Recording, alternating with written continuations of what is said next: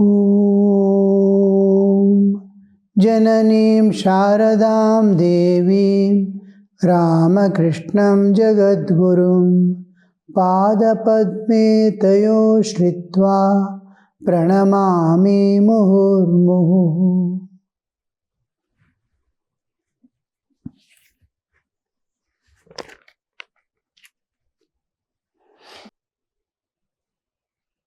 Latu at first threw of the dice. At the first throw of the dice, went to heaven from earth. He began to cut capers of joy. See Latu's joy, said the master. He would have been terribly sad if he had not achieved this. Aside to devotees, this too has a meaning. Hazra is so vain that he thinks he will triumph over all, even in this game. This is the law of God, that he never humiliates a righteous person. Such a man is victorious everywhere. Where there is humility,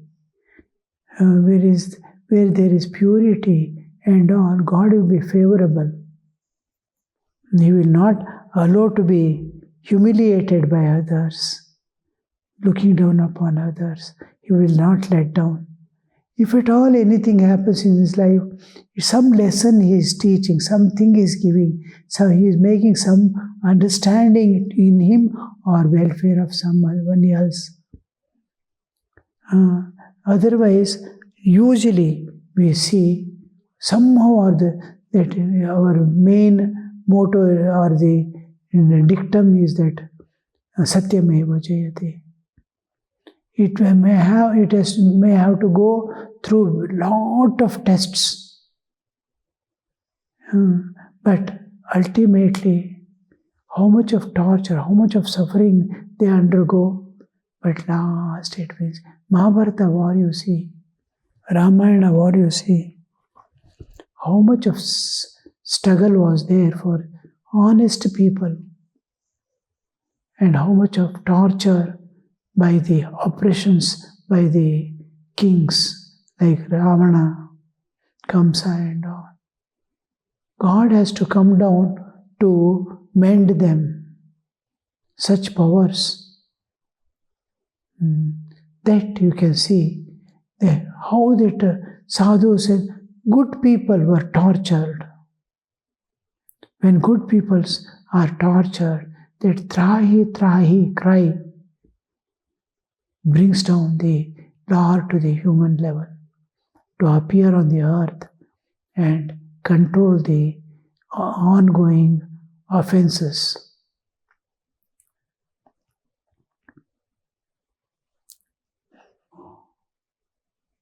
He never humiliates a righteous person. Such a man is victorious everywhere. Sarvatra Jayate. Sri Ramakrishna was sitting on a small couch in his room. Narendra, Baburam, Bhabranath and M were sitting on the floor. Narendra referred to various religious sects, the Ghoshpala, Panchanami and others. Sri Ramakrishna described their views and condemned their immoral practices. He said they could not follow the right course of spiritual discipline but enjoyed sensuous pleasures in the name of religion. Narendra has viewed, see, he may not be an expert understanding or the Hinduism, he doesn't know much. Especially Dvaita, Vishishadvaita, Advaita, all these things, various denominations in the Shaiva, Shakta, Vaishnava, so many denominations. All these things he is new to, all that. But Western philosophies and all, he has studied deep, Kant and other people, he has studied.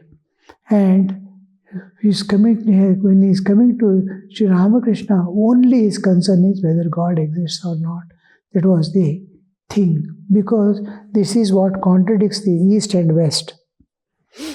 The Eastern people are spiritually oriented, Western people are materially oriented.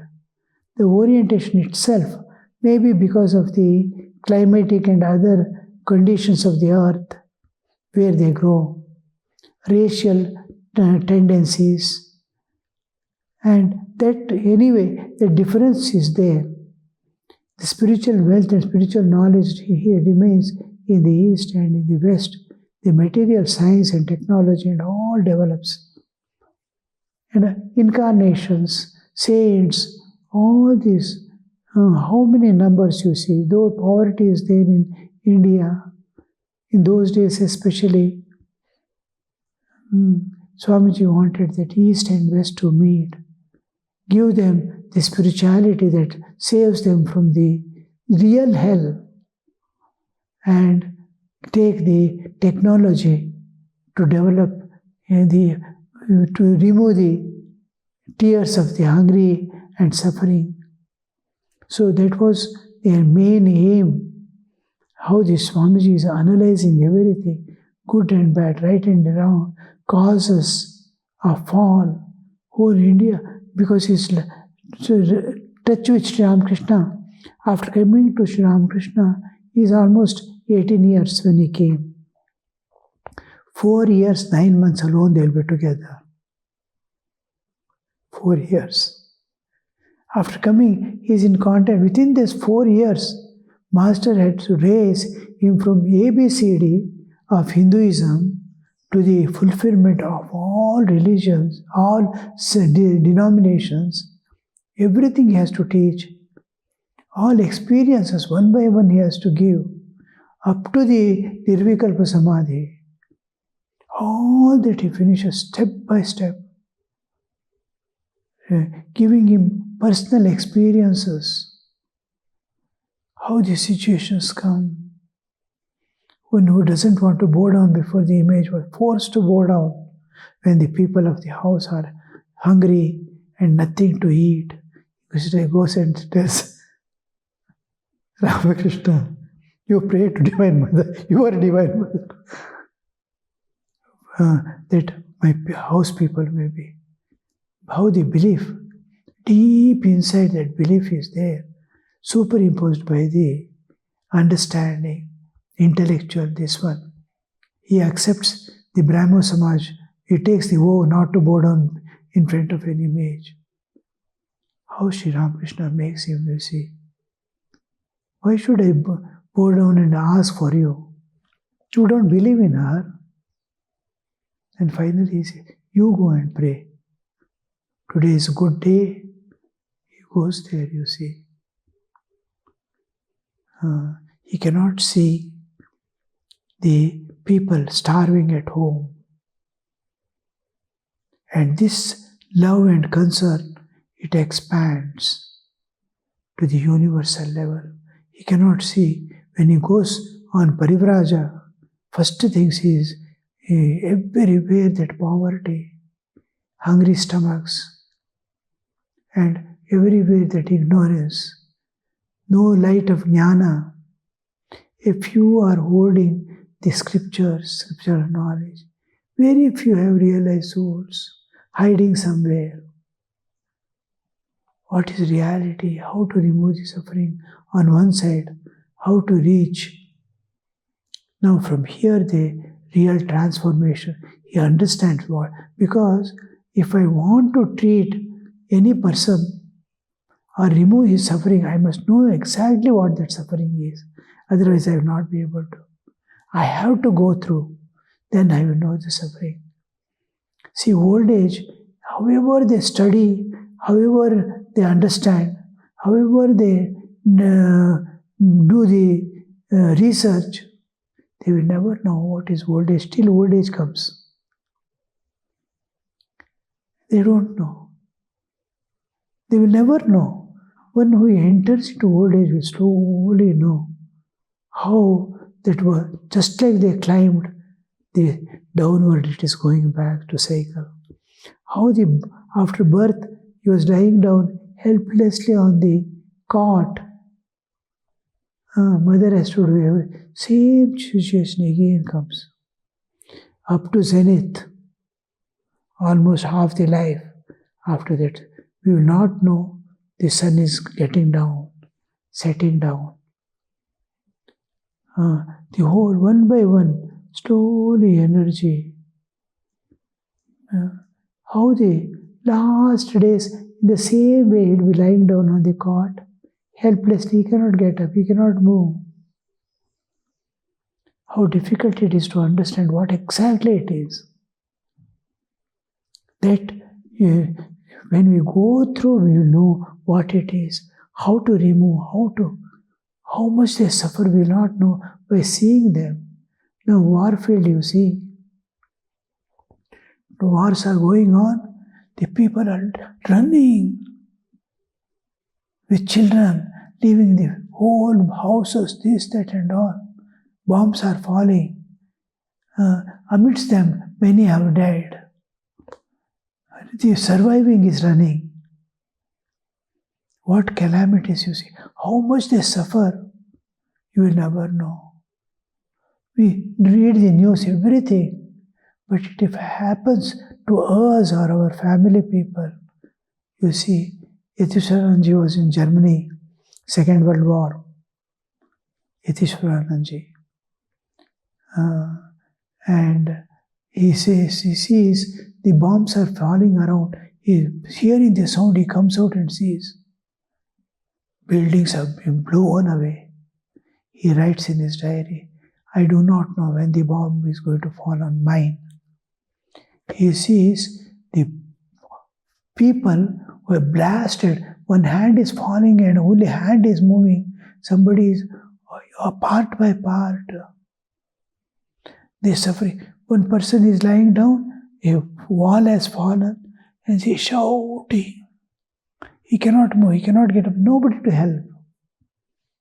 This whole scene he sees. Then he doesn't know what is happening. With tears he will pray to Thakur. Why this? Unable to bear the sight, he runs inside and kneels down before Thakur's. He is alone in Germany and tells, if you cannot avoid this situation, give them the strength to bear that suffering. Give them the strength to bear that suffering they are undergoing. I don't know when that somebody will be able to lift that thing on it from his body and release him or help him. No. He may suffer. And 3-4 days he may be surviving. That if you cannot, he's praying. Then of course he says, when there is, if you accept the creation, you must accept the destruction also. If you accept the birth, you have to accept the death also. Inevitable, two parts of the same reality. And he reads the Swami's song, the Kali, the mother. And then night he sits and reads the Bhagavad Gita, that 11th chapter, Vishwarupa Darshana, whole thing entering back into the Lord's mouth. One by one, that huge, then he consoles himself. See, if we are there, we will understand what it is. By seeing, but if it happens to me, the same thing happened to Swamiji. It began there. And as he traveled as Parivrajaka, he saw the actual situation of India. His heart was weeping. Where is the light? Where is God? What is this? Why it is happening? Then he goes and sits on the rock, he sees the whole play going on of the world. This Chakravart Parivartante, the whole thing, cyclic way, Srishti Sthiti Pralaya going on. Each civilization coming up to when it comes to the zenith, it is the time it is ended. It comes down. Another civilization come up. He sees the whole thing. And then how that happens. Again, he sees the Indian condition. He sees it is coming up again. It has gone down. It has reached the lower ebb. And now it is the higher ebb it is going to take him. Take the India. He gets great consolation, and then he had to go to the master, arranges for him to speak on the international platform, Parliament of Religions. So there we see that real Vivekananda has to be trained up to the Nirvikalpa, and then after all that, even sannyasa was instituted by Sri Ramakrishna himself directly to these disciples. And then he makes them, within those 4.5 years, Naren as the leader and others, he makes them all, prepares for the welfare of this world, humanity. But it takes thousands of years to undergo because it's a huge flow. It is like a flood, very difficult to control. Centuries of centuries, the tradition is flowing, the tendencies are flowing, the trend continues, just like a vehicle is on the rush. Suppose if a vehicle is running at 120, 140 kilometers, you can imagine if you want to turn or do anything, even if you apply brake, it takes a long, wheels will not move, but it rubs against the ground and moves.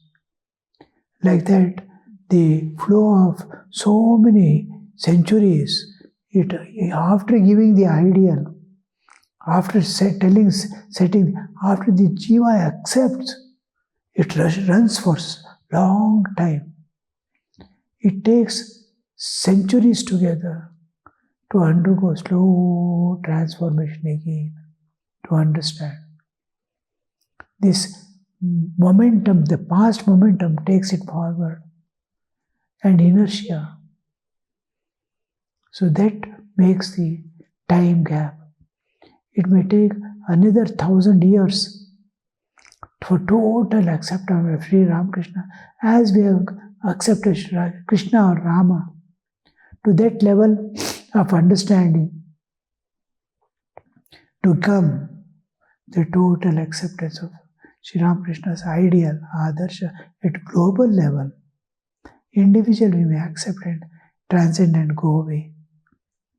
But social structure also, in India, some transformation it may see fast, but Western countries and all, where the present religion itself is losing its grounds because of the intellectual abilities. They think all this is a cock and bull story. Religion and philosophy and all this has no meaning as if, and discarded by many. So that because of the intellectual development, they are losing they do not know, they are losing peace.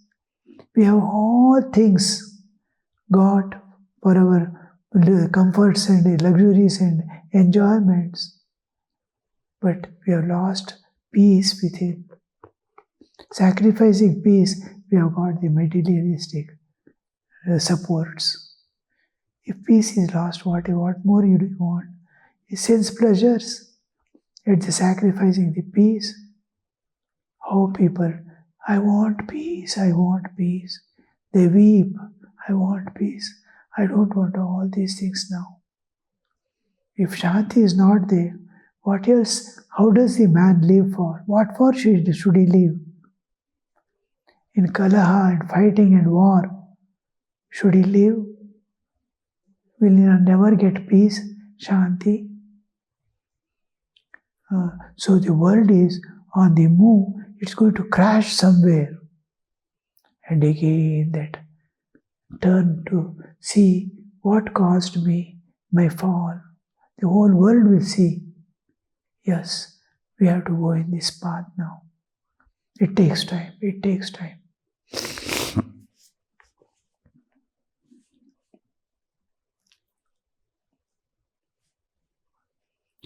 Sri Ramakrishna was sitting on the small couch in his room. Narendra, Baburam, Bhavnath and M were sitting on the floor. Narendra referred to various religions, Goshpara, Panchanami and others. Why I am telling is how he is analyzing everything. The good and bad aspects of the everything. What causes the fall of a man? What causes the fall of a society? What causes the fall of a civilization? Toynbee writes in the history of civilizations. He analyzes 21 great civilizations of the world. And finally he says, only cause of each fall of each such great civilizations like Roman civilization and all, it reached the zenith, and whichever religion, whichever civilization has fallen is only because of the physical enjoyments, bodily pleasures and bodies. Nothing, for it has fallen from inside itself. It has become corrupt from inside. Not because of the external forces, not even the nature's forces. A civilization getting destroyed by nature or external forces like war is different. The civilizations have fallen because of the inner, they have lost their self-control and moved towards the enjoyments. This made the fall of the that Vivekananda is analyzing and Ramakrishna is giving beautiful answers to support his understanding and make it clear. That is not the path, that is not the path, this is the path, this is the path. Where there are pitfalls, you see, I was in forest for many years alone. Once I had the desire to scale the mountains. I was in mountain ranges of something like Vindhya Hills. On the other side, there are Satpura range, Mahadev Hills and Michael range. 3 ranges are there of Narmada. I was in Satpura range. So after staying for 1 or 2, 3 years there, once I wanted to climb into the... So a few Adivasis, foresters and all, we started climbing. And how to go? We have to hold a tree and pull ourselves up and go somewhere. Tried once, then they called Adivasis. The Adivasis, we said we tried from here to go. They said, no, this is not the path. You will not find, you will not be able to reach that. After climbing, you will see a great, ditch in the front, maybe 1 kilometer below. There is a cliff. You cannot go beyond. You cannot go across that cliff. Again, you have to come down, again holding the trees, this and all. I will take you. They took us smoothly, climbing, as if the road is made. How smoothly we went. That the knowers of truth, the Krishna says in Bhagavad Gita, they have seen the sages, They have gone in the both path, worldly prosperity and the spiritual ultimate world. Last it ends in the falsehood and suffering. Both the sing up to the end they have gone and say there is no reality in the world and there is no unreality in the spirit. The differences that we have seen, we have reached. So here the Thakur is showing them the right path. This also leads, but with great difficulty and with fall. So this is left-hand path is also a path. But the temptations, temptations are given to cross over, but they yield to temptation and go away. They are kept. See, sweetmeats are there. Now, without feeling attraction for that, you handle it, smell it, keep it. How the temptations come, you see. Just a seasoning in the kitchen, mouth starts watering. Not to water. Chaitanya Mahaprabhu's test, when it goes to Guru, he puts the sugar on his tongue. He asks to stretch the tongue, puts the sugar on his tongue, and sees after a minute or two, he blows here, all the sugar will fly away. Mouth has not watered. Then he says, you are fit for that path, that tests. Now you see Sri Ramakrishna is clearing. That is also a path. It is like going to a house from the latrines and all other back door. There is danger. There is dirt. Why do you want to? It's a path. But it's very difficult. 1 or 2 may transcend. 99 will fall down. Clearly he is mentioning, you see.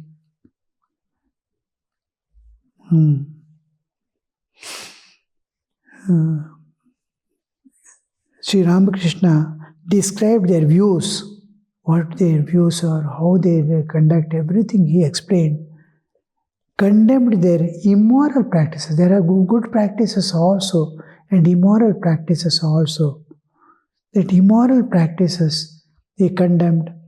It is not mentioned, it is not given, but he becomes immoral. Immorality nobody teaches. By seeing the yielding to the temptation, he became immoral.